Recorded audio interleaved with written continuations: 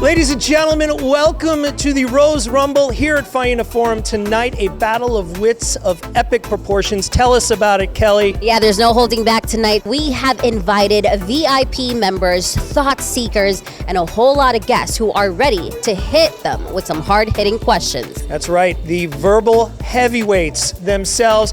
Anthony the Mooch Scaramucci, Mr. Wonderful Kevin O'Leary. We got some spicy questions from the crowd.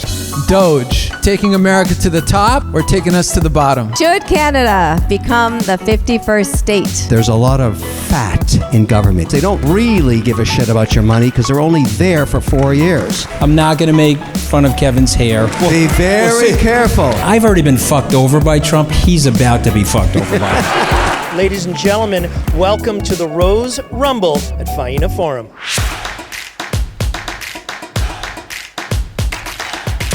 Hey friends, Kelly Blanco here behind the scenes with the Anthony Scaramucci, who is ready. Warming up in the locker room. You are warming up. Careful, don't hit me. How are we feeling? I feel great. What's the strategy tonight? I think the strategy is to listen. I think you got to listen. If you want to beat somebody and be verbally dexterous, you got to listen to what they're saying and then pop, pop, pop, pop. And how will you have the upper hand? I got a lot of hair. Trust me, he knows it, I know it. It's a big event. You're not wrong about that. And if we're taking our bets to Vegas. What are we doing here? Look, the money's got to be on him. I think I'm the underdog. Okay. You think you're the underdog? Mm-hmm. Okay, you've heard it here. Expectations low. The Mooch thinks he's the underdog. We shall have to wait and see what happens tonight.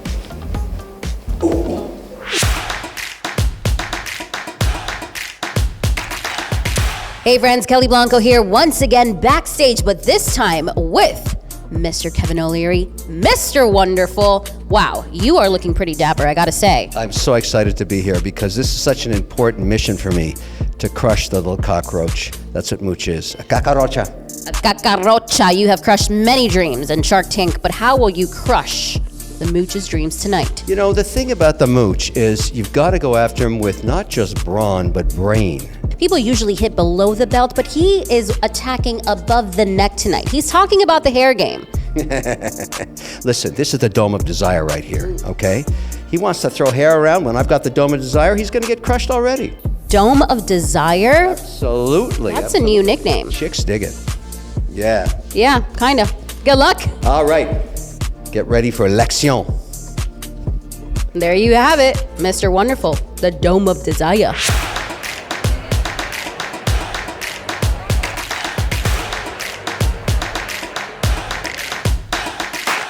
Ladies and gentlemen, welcome to the most sophisticated SmackDown in town.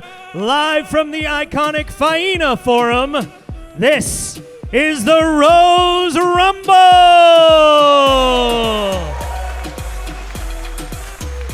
In this arena, an iron wit wins the day, where minds clash, egos tumble, and vocabulary gets vicious.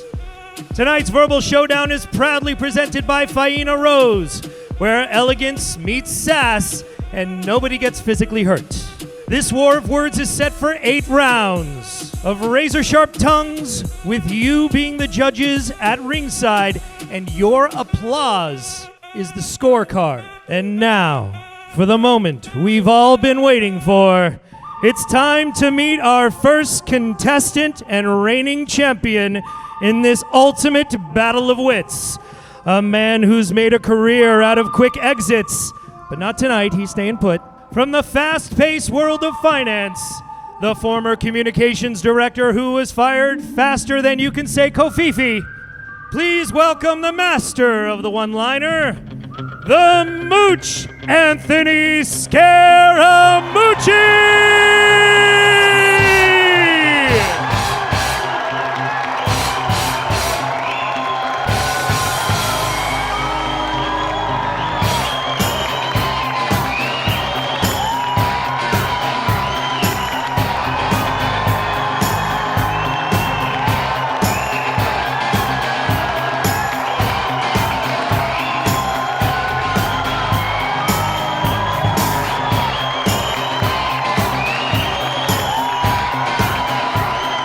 And now for our second contender, emerging from the shadows of the corporate battlefield, the man who takes no prisoners, the deal maker with an iron fist and a gold-plated wallet. He's the nightmare of bad business plans, the slayer of foolish financials, hailing from the land of profits and power, the one, the only Kevin Mr. Wonderful O'Leary!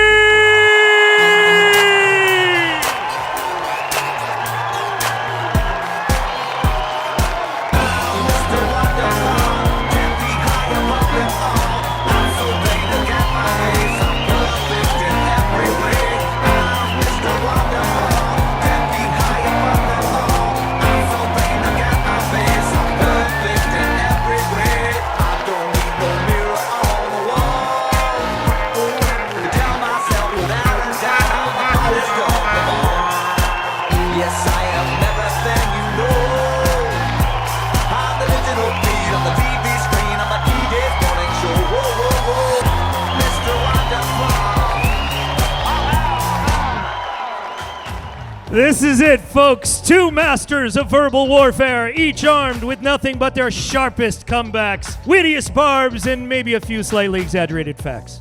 Who will come out on top in the battle of words? Let's find out. The stage is set. The microphones are hot. It's time for the Faena Rumble. In the red corner, standing tall with his hair slick as his investments, the Sultan of sound bites, the mouthpiece of Wall Street, Anthony Scaramucci!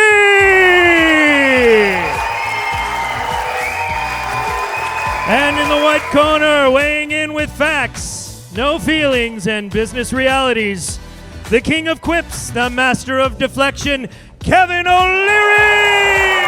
Let's not forget the Dome of Desire. Dome of Desire. And now introducing the keeper of calm, the lord of linguistic law, the guardian of grammar himself, the referee for tonight's intellectual extravaganza, Pablo Derrides. Prepare yourselves, folks.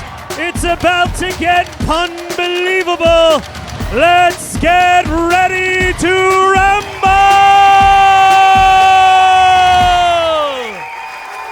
Gentlemen, I'm going to need your cooperation here tonight, please. Here's how this verbal smackdown is going to go. He's a cockroach. He's a cockroach. Please, gentlemen, please keep it cordial. We have not started yet. Please, mic's quiet. So remember, this is a war of wits, not a social media feud. With that said, a few things to remember. Number one, protect yourselves at all times. And what does that mean? That means keep your wits. Stop when I say stop. Please remember that. All right? Why don't you look at him? Please, because of if last I time. yell, cut the nonsense, you zip it. All right? This is a friendly fight. Gentlemen, touch gloves. All right? And let's keep it classy. All right? All right, let's start the bout. Round number one.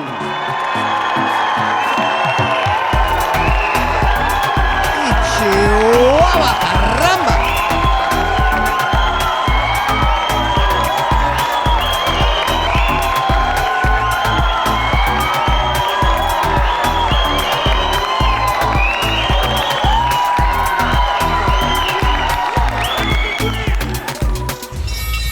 All right, gentlemen. Mooch, you're going to go first, all right? First question. There we go. Please state your name. Mark Hernandez. My question is on crypto. Last month, we had the pleasure of hearing Michael Saylor speak and wax poetic on the benefits of Bitcoin. There's been a lot of discussion about Bitcoin as a store of value and a reserve currency for both corporations and governments. Senator Loomis has introduced a bill, the Strategic Bitcoin Reserve Bill, and I want to know if you think that bill is good for America and good for our economy. And 90 seconds. 90 seconds. Mark, thank you. So the short answer is yes, I think the bill's good for our economy. I think David Sachs actually did something brilliant by delaying through executive action, a potential strategic Bitcoin reserve. Because if you listen to David Sachs, he wants a bipartisan commitment to something like that. And what he feared was if Donald Trump and his team did it on their own unilaterally, then if a Democrat got into power, they would potentially reverse it for no reason other than the partisanship. And so the next 6 months are mission critical for that bill. And I'll just say three quick things very quickly. Number one, we have 27 reserves. It's not just oil and gold. Kevin knows this because he's from Canada. There's a lot of trace minerals and there's a lot of important things in, well, it's still Canada, so we'll call it Canada. But I mean, we'll be very careful. We'll see what happens. Don't mess with the primal forces. We'll see what happens. 90 seconds. But Kevin could be running for governor of Canada at some point. But I like it, and I want it to win, and I think it has to be bipartisan. Mr. Wonderful. Thank you. Just a quick fact check. Alberta, Canada has 5 times more oil and gas than the entire United States. So start sucking up right now. Now, Michael Saylor is talking his book, all right? The guy sells stock and pref shares and debt and then buys Bitcoin with it. The stock trades at twice the value of the inherent Bitcoin. That smells like something that ain't going to work long term. Just saying. I like the guy, but it has nothing to do with strategic reserve of Bitcoin, which will never happen because we'll never get buy-off on a bipartisan basis. However, what will happen will be a stablecoin bill that will allow the American dollar to be digitized all around the world. USDC, of which I'm a shareholder, so I'm just disclosing, but there's others, will get a law that says if you can prove that you can take $1 trillion US and back them into a stablecoin like USDC or anything else, we can trade that all around the world. Because let me tell you something, every commodity on earth, including all those ones up in Canada, are traded in US dollars. And the cost of transferring US dollars from one country to another is prohibitive, and it's held by the banks. So Jamie Dimon never wants to see this happen because he sucks 2% out of you in fees. And so that's never going to, if you did a USDC, it's 1 basis point of cost to move the US dollar around the world. So that's going to happen. And I'm right about this. You just lost that one, Mooch. Excellent. Thank you. Time it is. This is round 2, gentlemen. We're just getting started, and something tells me it's going to get a lot more juicier.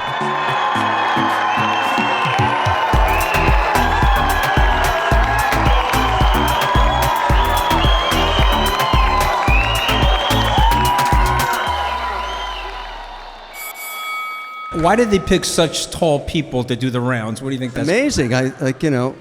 Where's the one with the feathers? What happened to her? She's coming. She's coming back. All right. Where are we going? Here in the front row. Okay. Hi, how are you? I'm Andrea Freeman. And Mooch, you touched on a subject that's really interesting. Sam Altman versus Elon Musk. Are we team Sam or team Elon? Well, I'm team Elon on a lot of things. Even though I don't like certain processes that are taking place with DOGE, I think he is the right guy to do it. We live in a democracy, so I would like a few more systems in place to check what he's doing. But I am team Elon on SpaceX, and I'm fully disclosed an owner of SpaceX, and I'm team Elon on Tesla and things like that. On this particular topic, Sam has the advantage now. Now, Elon's upset about that, and maybe there was something that happened where he doesn't deserve the advantage, but he has the advantage now. And so if you're a securities analyst or you're someone analyzing where things are going to go, there will be a moat starting to build, a very thick moat starting to build around Sam's business. And so I'll make a prediction. They will cut a deal with Elon. It'll be sort of a Greenmail-like deal. And so if there's people here in the 80s who remember what Greenmail is, Elon's putting forward a potential takeover. I think they'll settle with Elon for billions of dollars and get him on side on ChatGPT. That's my prediction. Mr. Wonderful. So I have to disclose something. My lovely wife Linda's here. Our son, thank you.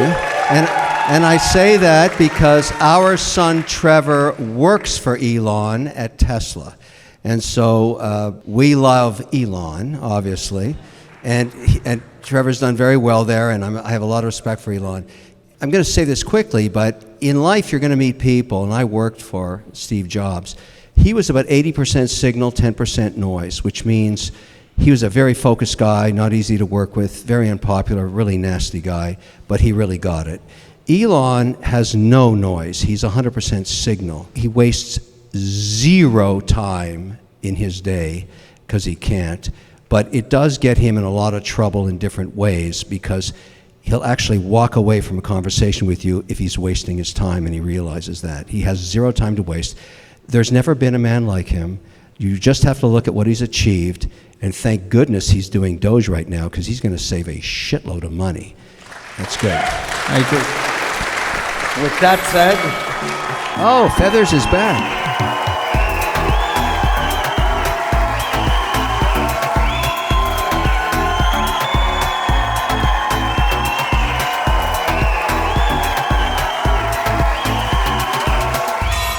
you went in on this? All right. My hair. What about my hair? What am I? I'm obviously the only one that needed hairspray up here, but go ahead. Go ahead. What's the next question? Anthony, you're not the only one with good hair, all right? All right, so this is round 3, I believe. Who are we going to? Please state your name. Hello, Roman. You guys touched on this, and it's been on my mind. I don't know if it's been on other people's mind, but DOGE, taking America to the top or taking us to the bottom? Mooch. Okay, so I just want to give a shout out to my wife, Deirdre, and our 11-year-old son, Nick, and our 10-year-old son, Nick, and our 7-year-old son, James, do not work for Elon Musk. I just want to make sure everybody knows. But I'm worried about DOGE. I certainly, if you asked anybody in this room, is there fraud in the government potentially? Is there excess spending in the government? I think the obvious answer is yes. Do we want to cut that? We want to make the government more accountable to the American taxpayer? The answer is yes. But I'm telling you, we live in a democracy, and so you want to do this with a bipartisan commitment. And I'll give you an example from the 1990s. Bill Clinton started this process in 1993. Over the 8 years, he cut 351,000 federal jobs. He did it in a bipartisan way. He delayered the bureaucracy and saved about 3% of the budget per year, and it compounded out to the end of his term where we ran a $240 billion budget surplus. Last budget surplus for the United States was in the year 2000. So I am a pro-democracy person.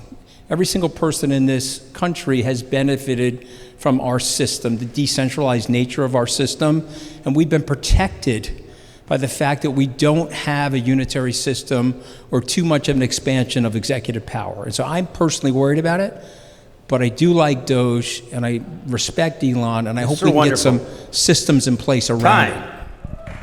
Yeah, so the natural attrition of the federal government is almost 200,000 people a year anyways, so that was a nothing achievement by getting... That was a net number. Okay, nice. But the point is, in democracy, and it's a dirty little secret, there's a lot of fat in government. It drips like a chicken with fat. All these stupid programs that you're hearing about now have been built up over decades by various governments, and it doesn't matter if you're Republican or Democrat or Independent, there's fat on the bone. And this is the first time someone independently has gone in there and said, let's go discover the fat. He does not have executional control. He's simply pointing it out. He has his own network of billions of people called X, formerly Twitter, and saying, look what I found here, look what I found here, look what I found here. Even if he's wrong 20% of the time, that's 80% right. And everybody should realize the government is really inefficient because they don't really give a shit about your money because they're only there for 4 years. So this is a good thing, and great stuff will happen from it. He will embarrass these agencies into either closing themselves down or figuring out a way to stop wasting this money. It's your money. It's your money. Your money. Excellent.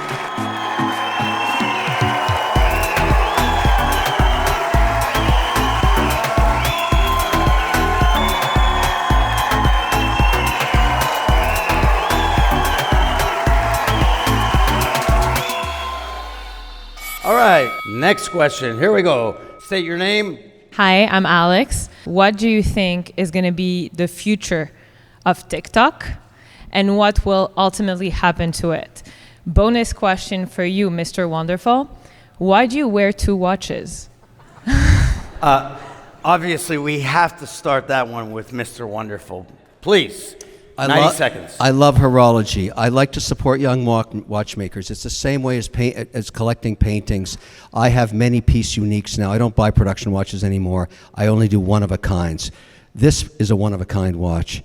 This happens to be a Rolex. This is Dubai time. This is Florida time. Men in the 30s wore 2 watches. They didn't have 2 time zones. So I'm going to wear 4. There'll be 2 on my ankles soon. I have a lot of watches. TikTok is unique. This is going to be like the Apple deal. We're going to find a way to work it out. The algorithm is, as Mooch said, it rips data. That's not okay. So we're going to have to think about it as lentil soup. Pull the packets of information of the people's information to the top of the soup, separated from the broth, which is all the algorithmic work that lets you really love that product. And the key to this deal may be a guy named Yi Ming, who owns 24% of ByteDance. What people don't understand is ByteDance is basically a $400 billion company, of which only 8% is TikTok US. So they don't care if it shuts down. But I think in this cooperation mood that started last night in Dubai with Apple and the CPP party agreeing to share tech, this is a huge opportunity for TikTok. Frank McCourt and I have worked on this deal for almost 6 months, and I think we're going to get it. Time. I want Kevin to make a lot of money, and I actually want him to be right, but I'm telling you, he's going to 100% wrong on this. The Chinese government is never, ever giving up anything related to TikTok. They're not going to team up with the US on this. It's a different thing with Apple. And remember, the Apple phones the stuff is being installed in China. Okay, remember something about the Chinese, okay? They believe in asymmetrical activity in the United States. They can be here. They actually have police stations here. Some of you know that in our cities, where they have the Communist Party in our cities policing some of their own citizens. They've got spies here, and they will never, and I mean never, ever give up that algorithm. And I just want to point out to everybody here, that algorithm is so manipulative.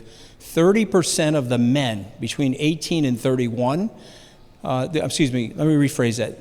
Men, white men between 18 and 30 have a 30% more likelihood to commit suicide than any other demography. 31% of the people that are watching TikTok think that we faked the moon landing. So this is something that we need to stop. Trump knows this, and so does Tom Cotton. Fantastic.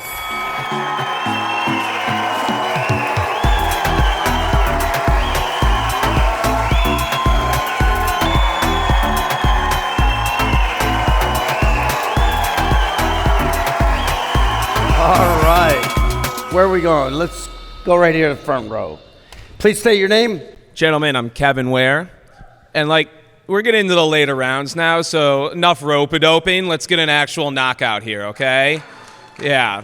All right. This will hit for both of you because we know how much both of you like to have power. Does knocking out Pablo count or no? Yeah, maybe. I always survive. So we know both of you like to have power. If you had absolute power for 24 hours, no consequences whatsoever, what is the most scandalous thing you both would do that would either make you a hero forever or canceled? We're going to go with Kevin first. Kevin. Wow. Okay.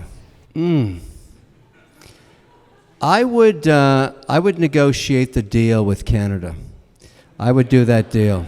I would do that deal because I believe in a giant economic union, a behemoth economy, and I've taken a lot of shit for this in Canada because I took Danielle Smith down to meet Trump, which is what I believe is why she only got a 10% tariff, not 25, because she had the guts to go and meet with him. But I think the future against the Chinese economy is to create a behemoth economy with the power that Canada has and all the natural resources and the giant, large, mega U.S. economy. You don't have to sell sovereignty, but you have to do something like they did in Europe. And you create a uni-passport and a common currency and no tariffs whatsoever, and you tell everybody around the world, don't fuck with us. That's what I think. Anthony the Mooch. It's a little more subtle, but very impactful. I would change the Constitution. There are 27 amendments to this Constitution.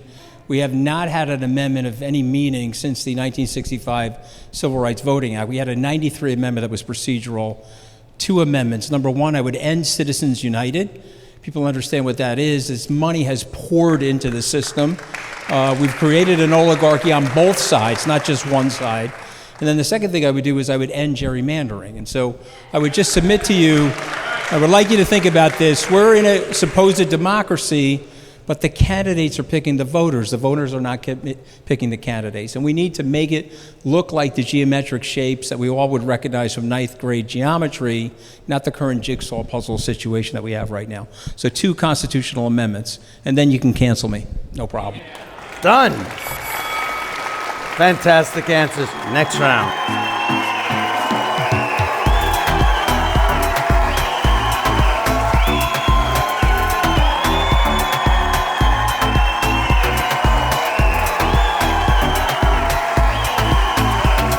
All right, here we go. Where are we going to next? Hello, good evening. State your name, please. I'm Ami Jan. Nice to see you both.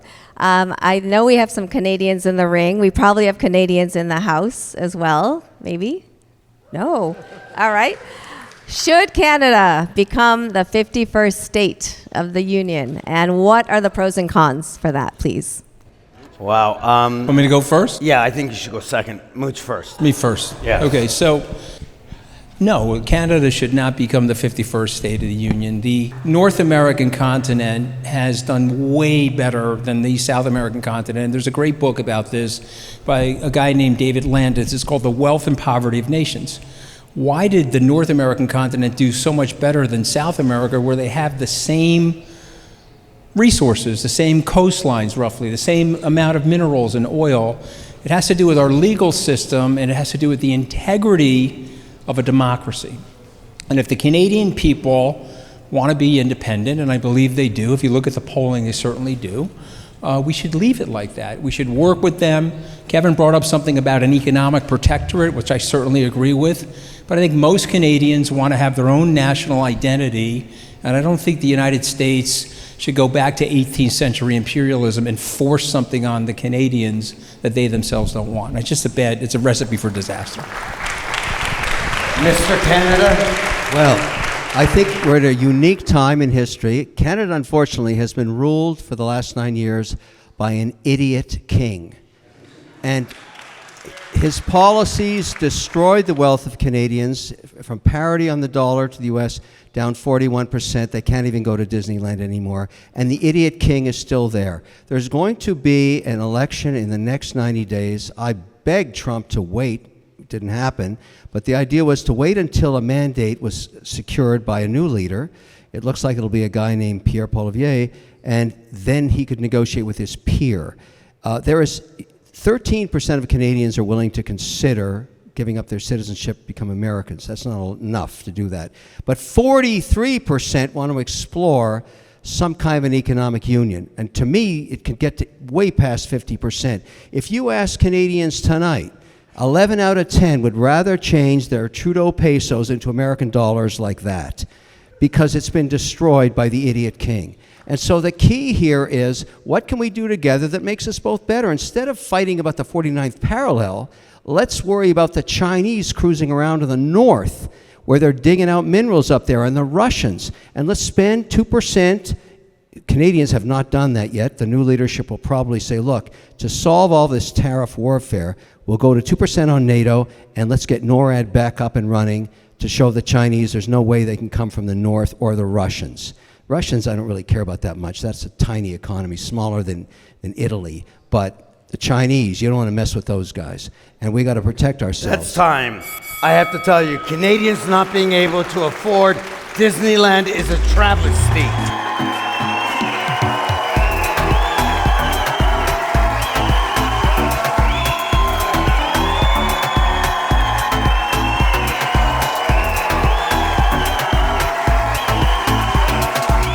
All right. Where are we going to go to next? Dan Turrentine, what do you guys think of all the tariffs that are being proposed on friend and foe alike? Are they going to be good for us? Mooch, you're up. No, they're not going to be good for us. They're tax increases, what they are. They're consumption-based taxes, and they're not going to be good for us. And the way the president sells them to people is very misguided. He makes people believe that the countries are getting charged the tariffs, but they're not. And the other thing that happens, and I think Kevin knows this, you get a lot of gaming in the system. And so you put the tariffs on China. They manufacture 49% of the good. They ship it to Vietnam. They complete it in Vietnam with their own people. And then they ship it to the United States unfettered by the tariffs. And so we would be better off with a fairer, cleaner system. One last thing is very important for people to understand. The countries were made uneven by design.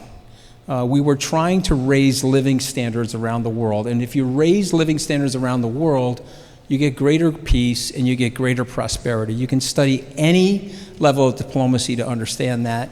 And that's the reason why these tariffs in certain cases were asymmetrical. So people seem tired about it. Some people are shaking their heads. They disagree with me. But I'm telling you, the world looks at America very differently than Americans look at America. And they look at us as a beacon of hope. And they look at us as a symbol of help. And I don't think we want to change that. Okay, that's my honest opinion. You're so wonderful. So this is a Trump question. And so everybody in this room has been listening to Trump for 12 plus years. And if by now you haven't figured out how to distinguish the noise from the signal, you never will. These tariffs are noise. They're negotiating tactics from the Canadians to the Mexicans to today, a few hours ago with the Indians. He slammed on reciprocal tariffs on everything they do. They have tariffs up to 24%. It's the beginning of a negotiation. That's what it is. Each country's a different story. So India, it's cars. Germany, it's car parts. Canada, it's resources. Mexico, it's illegal immigration. This guy is doing what he knows best, to negotiate. You may not like his style. You didn't like it 12 years ago. You're not going to like it now. But he has been elected president of the United States with a majority mandate for at least the next 2 years. Get over it and get used to it. And he's going to continue to do this. And it's a great opportunity to solve a lot of problems. These tariffs will never, ever be put in place long term. Never.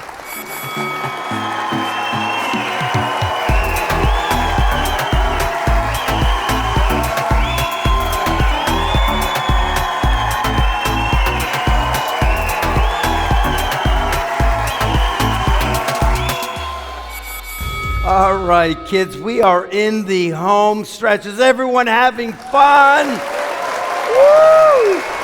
All right, we're going to go back here. Please state your name. Tom Pence.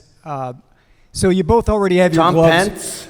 Yes. Excellent. Thank Noted. You both already have your gloves off. So I'd like you to both think of one brutally honest You related roast to joke. Mike?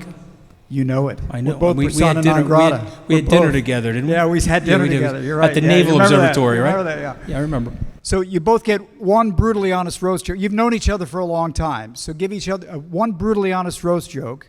Make it really nasty. But the only Marcus de Queensberry rule for you, Mr. Fabulous, is you cannot use any of Trump's material against Mooch. I'm not Fair sure. enough. What is this? Like, what are we supposed to do? He wants you to roast me. You know, here's the thing. I've known Mooch for too long.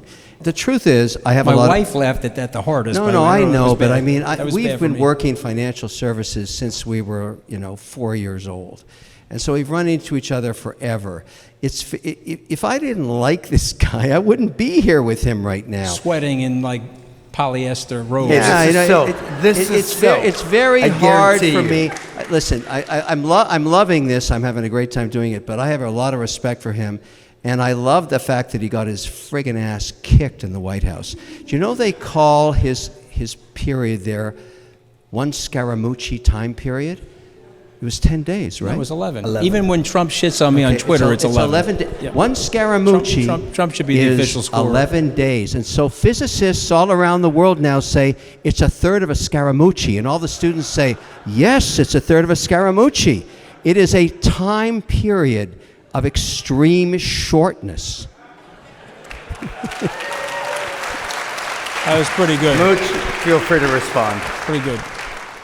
I'm not going to make fun fun of Kevin's hair. I'm not going to make fun of Kevin's height. But I am going to pick on Kevin's. I am going to pick on Kevin's judgment. Okay, and he shares two people in common with me. Okay, one is Sam Bankman-Fried. Well, he fucked you more than me. No, he fucked you equally to me, possibly more. And the other one is Donald Trump. And I've already been fucked over by Trump. He's about to be fucked over by him. Oh, that's so You know nasty. what I'm talking about, Mr. Pence. You know what I'm talking about. That's time. Ladies and gentlemen, we have reached that point of the evening where, after the verbal showdown for the ages, after arguments sharper than a hedge fund short sell, and after jabs, this all comes down to you, each and every one of you, to decide the winner tonight, whether the champ will retain his title or whether the challenger will be the new champion. With that said, please, very important, we need all your participation this evening. If you think the contender, Kevin, Mr. Wonderful O'Leary, just closed the biggest deal of the night, let me hear you. Let's go.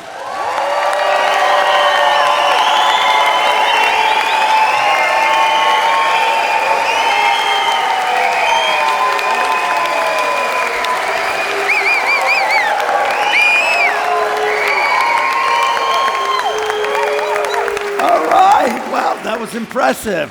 Now, if you believe the current champion, Anthony the Mooch Scaramucci, talked the talk and walked the walk, let me hear some noise.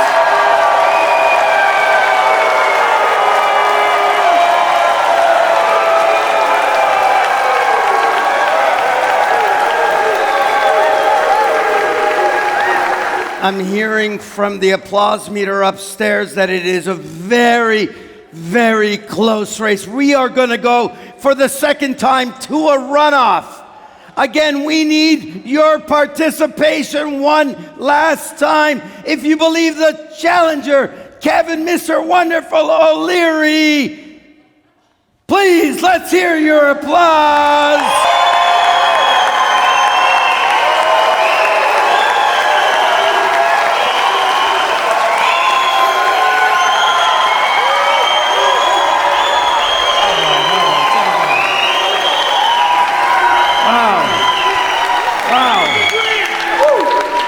All right, and if you believe the current champion, Anthony the Mooch Scaramucci, is the winner, let's hear it.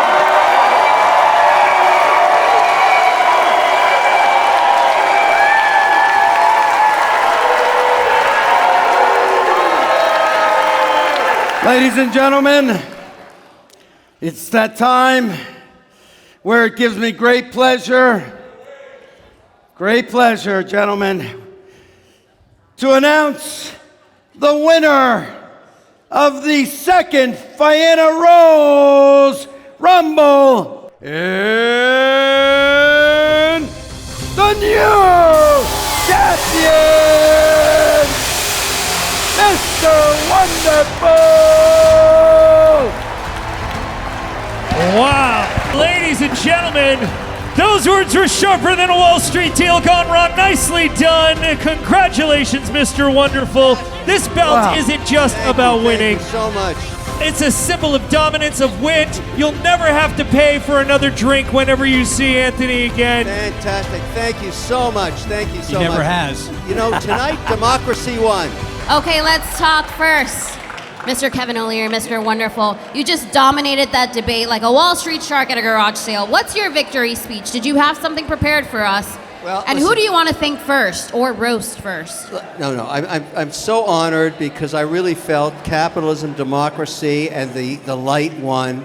I love Mooch, but I've got so much to teach him, and we're starting tonight.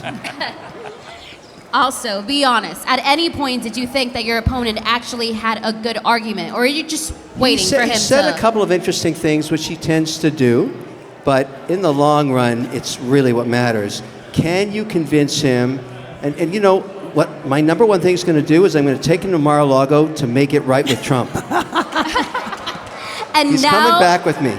And now that you have won, what will you do with your newfound power? And should we all be concerned? This is going to be great. I'm going to take it out for dinner tonight. I'm going to walk around the restaurant, strut like a peacock, like this. I mean, that's what you do. You know, you get a belt like this. This is an honor. And of course, I'll never give this belt up. I will crush him next year, and the year after that, and the year after that. Well, maybe you'll have a different challenger next year. Maybe, because I think, you know, it could happen. All Maybe it would be right. Kellyanne Conway. Well, if I was going to lose to anybody, I'm glad I lost to you, Kevin O'Leary. I appreciate that. As opposed to Kellyanne Conway. I feel the love. By the way, I love this belt. I'm taking it to bed tonight. It is absolutely beautiful. If you could rewrite history and change one of your arguments, would you change any of those arguments that you just made? Any of the points that you made? Now that I know that I've lost, I probably would have been more critical of Kevin during that roasting question. Anyways, it's history now. It's in the books. This probably ends up in the Smithsonian. He is the Jalen Hurts of this debate. Congratulations, Kevin. Thank you very much. Ladies and gentlemen, give it up for our contestants! What a match! Wow, Kelly, what'd you think of that? No, we got to hit the showers. That was so much fun. You got to hit what? Got to hit the showers. It's hot up here. It's hot. All right, Kelly, that was amazing. What a fight that was. Thank you, gentlemen. What did you think? What did you, tell You us know what? about it. Head to head the entire time. I really was engaged. I was very interested in all their answers. They all made great points. And it was very close, as we saw. Will there be a rematch? Is Mooch just going to go on Twitter now and say he was robbed? I don't know, but I want to start wearing 2 watches now. Thank you so much for joining us, the Rose Rumble at Faena Forum!